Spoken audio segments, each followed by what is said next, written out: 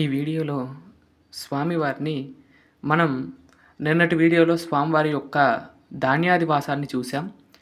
ఈరోజు వీడియోలో స్వామివారి యొక్క జలాదివాసాన్ని చూద్దాం.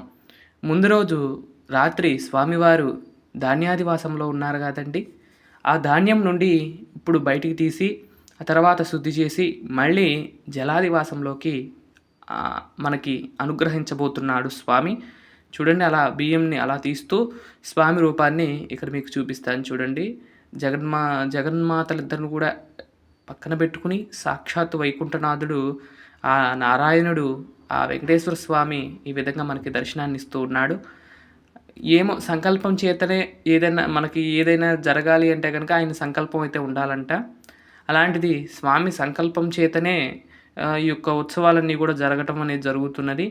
అనుకోకుండా నాకు అనిపించటం, దాని గురించి ఇలా విగ్రహాలు తెప్పించుకుందాం అనుకున్నాము. అలానే విగ్రహాలు తెప్పించుకున్నాను. స్వామివారి యొక్క అనుగ్రహం చేత నేనైతే ఈ విగ్రహాలకు పూజా కార్యక్రమాలు అయితే చేస్తూ ఉన్నాను. స్వామివారిని ఎక్కడా లేనట్లుగా మలయప్ప కూర్చున్న భంగిమలో ఇక్కడ మనకు దర్శనం ఇవ్వబోతున్నాడు. ఇక మీదట స్వామివారికి తిరువారాధనలన్నీ కూడా ఈ మూర్తులకే చేయబోతున్నానండి.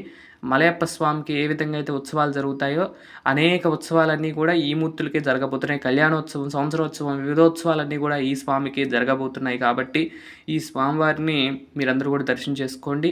ఆ స్వామివారి యొక్క ఆశీస్సులతో మనందరం కూడా చాలా అభివృద్ధి చెందాలని కోరుకుంటూ ఈ విధంగా ముందుగా ఆ బియ్యంలో నుండి బయటికి తీసి ఆ తర్వాత విగ్రహాలన్నిటిని కూడా పక్కన పెట్టి ఆ తర్వాత జలాదివాసానికి సిద్ధం చేయటం అనేది జరుగుతూ ఉన్నది. చూడండి, స్వామి అమ్మవార్ల విగ్రహాలు ఎంత సుందరంగా ఉన్నాయంటే అంత సుందరంగా ఉన్నాయి. ఆ శ్రీదేవి భూదేవి సమేత మలయప్ప స్వామి మనకి ఈ విధంగా దివ్యానుగ్రహాన్ని ఇస్తూ ఉన్నారు. అలాగే ఆదివారం ఉదయం రోజు స్వామివారికి తిరువారాధనలో భాగంగా, నిత్యార్చనలో భాగంగా స్వామివారికి అభిషేక కార్యక్రమాలు అయితే జరుగుతూ ఉన్నాయి.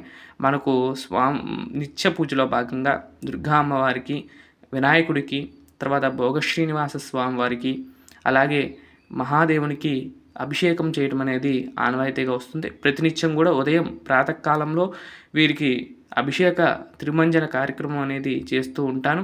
వాటిలో భాగంగా ముందుగా ఇవన్నీ కూడా చేసుకున్న తర్వాత అక్కడ కలశ స్థాపన చేసుకున్నాం కదండి. ఆ కలశాలకు కూడా విశేషమైన తిరువారాధన చేస్తూ ఆ స్వామివారి యొక్క ఆరాధన అంతా కూడా పూర్తి చేసుకుని ఆ కలశాల్లోకి మళ్ళీ స్వామివారిని ఆవాహన చేసుకుని ఇవన్నీ కూడా కార్యక్రమాలు వేద మంత్రోక్త ప్రకారంగా ఈ యొక్క మంత్రాలు చదువుతూ స్వామివారికి ఈ యొక్క అభిషేకం జరుగుతూ ఉన్నది. అభిషేకం అనంతరం స్వామివారికి అలాగే ఆ అమ్మవారికి, వినాయకుడికి పుష్పార్చన అనేది చేశాము. ఆ తర్వాత మూలమూర్తికి విశేష పుష్పార్చన చేసి తర్వాత కలశాలకు కూడా ఆ కలశ దేవతలకు కూడా విశేషమైన పూజా కార్యక్రమాలు చేయటం అనేది జరిగిందండి. చూసారా, ఇవండి కలశాలు. ఈ 3 కలశాల్లో మధ్యలో కలశం మలయప్ప స్వామివారిగా, కుడివైపుది శ్రీదేవి, ఎడంవైపు భూదేవిగా భావించి వాటిలోకి ఆ యొక్క అమ్మవార్లను ఆవాహన చేసుకుని వారికి విశేషమైన పూజా కార్యక్రమాలు అయితే చేయటం అనేది జరిగింది. చాలా అద్భుతంగా ఈ కార్యక్రమాలు అయితే జరిగినాయండి. పురుష సూక్తము, స్త్రీ సూక్తము ఇవన్నీ కూడా పఠిస్తూ ఆ యొక్క కలశాల్లోకి అందరినీ కూడా ఆవాహన చేసుకుని ఆ యొక్క కలశాల్లో ఉన్న జలంతో స్వామికి సంప్రోక్షించటంతో ఈ యొక్క ప్రాణ ప్రతిష్ఠా మహోత్సవం అనేది ప్రతిష్ఠా మహోత్సవం అనేది పూర్తవుతున్నది.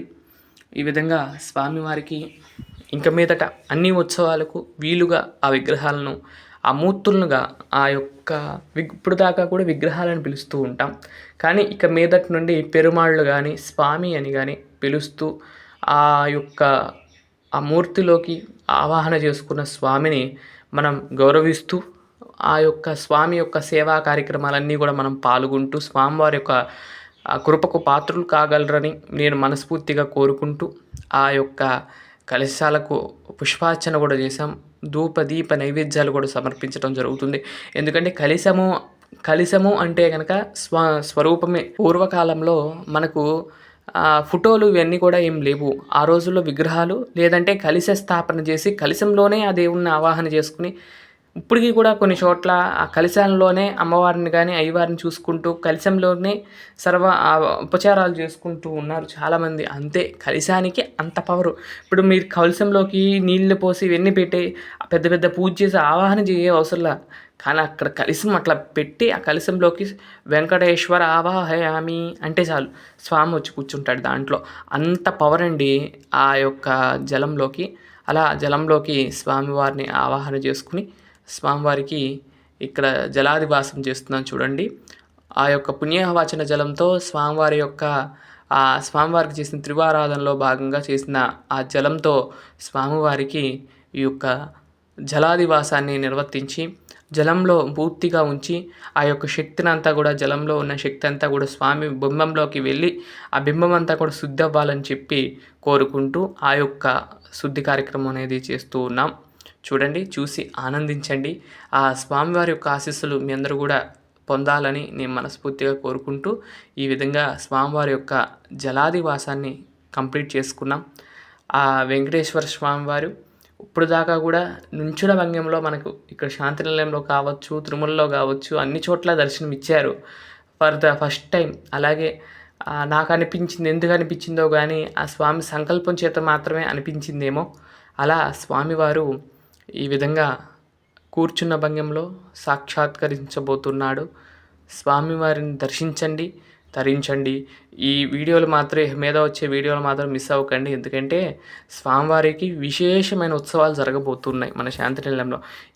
ఈ ఉత్సవం ఆ ఉత్సవం అని కాదండి, అన్ని రకాల ఉత్సవాలు జరగబోతున్నాయి. తప్పకుండా వీడియోల్ని ఎక్కడ కూడా స్కిప్ చేయకుండా వీడియోల్ని చివరి వరకు చూస్తారని నేను భావిస్తూ ఉన్నాను. ఇక్కడ జలాదివాసం కంప్లీట్ అయిపోయింది. జలాదివాసంలో భాగంగా పుష్పాలు కూడా సమర్పించడం జరిగింది.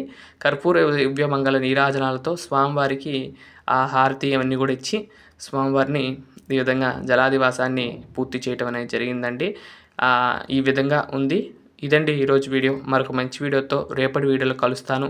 అంతవరకు సెలవు. నమస్కారం. ఓం నమో వెంకటేశాయ.